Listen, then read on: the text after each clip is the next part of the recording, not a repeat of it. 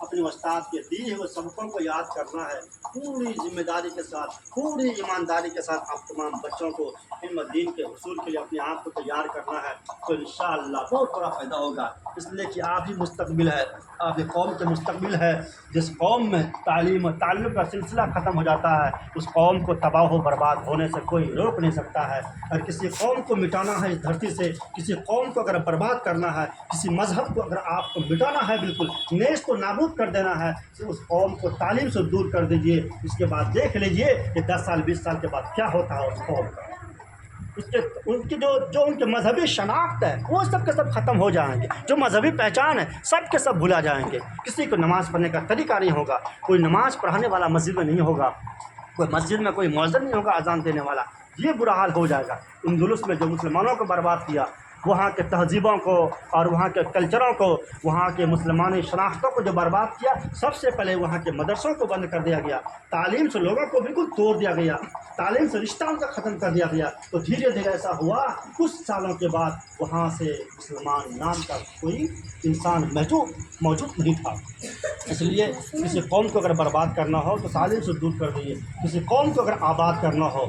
دنیا میں اس کا روپ اور دبدبہ قائم کرنا ہو، ان کو تعلیم سے جوڑ دیجیے، تعلم سے جوڑ دیجیے، تو انشاءاللہ وہ قوم پوری دنیا میں ابھر کر کے سامنے آ جائے گی۔ اس لیے آپ سب مستقبل ہیں، مستقبل کے آپ لوگ روشن مینارہ ہیں، اس لیے اپنے آپ کو بہتر طریقے سے پڑھنے میں لگا دینا ہے، استاد کے دیے ہوئے سبقوں کو محنت سے یاد کرنا ہے، جو سمجھ میں نہ آئے تو بار بار اپنے استاد محترم سے پوچھنا ہے، اس کو سمجھ کے پڑھنا ہے، جو لکھنا ہے سمجھ کے لکھنا ہے، اور جو سننا بھی ہے تو غور سے سننا ہے۔ اس لیے کہ پڑھنے کا مطلب ہوتا ہے سمجھ کے پڑھنا، سننے کا مطلب ہوتا ہے غور سے سننا، اور لکھنے کا مطلب یہی ہوتا ہے کہ آپ سمجھ کے لکھ رہے ہیں۔ تو انشاءاللہ آپ سب بچے محنت سے پڑھیں گے، صبر کریں گے، اور جو آپ کے مدرسے جو ضابطے ہیں، جو رولس ہیں، انشاءاللہ اس کو فالو کرنا ہے۔ اس لیے جہاں پر آپ رہتے ہیں، جہاں پر جو کنڈیشن ہوا کرتی ہیں، جو شرائط ہوا کرتے ہیں، ان کو فالو کرنا آپ کی ذمہ داری ہے۔ اس پر اگر عمل نہیں کریں گے تو آپ کو اللہ تبارک و تعالیٰ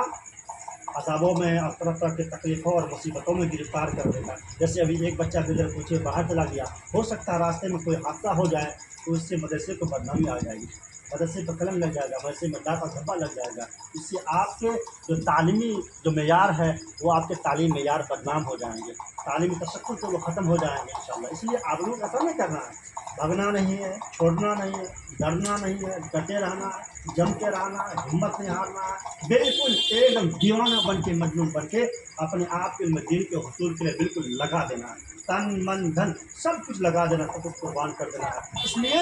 ہم جیئیں گے کتابوں میں اور مریں گے بھی کتابوں میں انشاءاللہ، ہے کہ نہیں؟ تو سب بچے پڑھیں گے انشاءاللہ محنت سے۔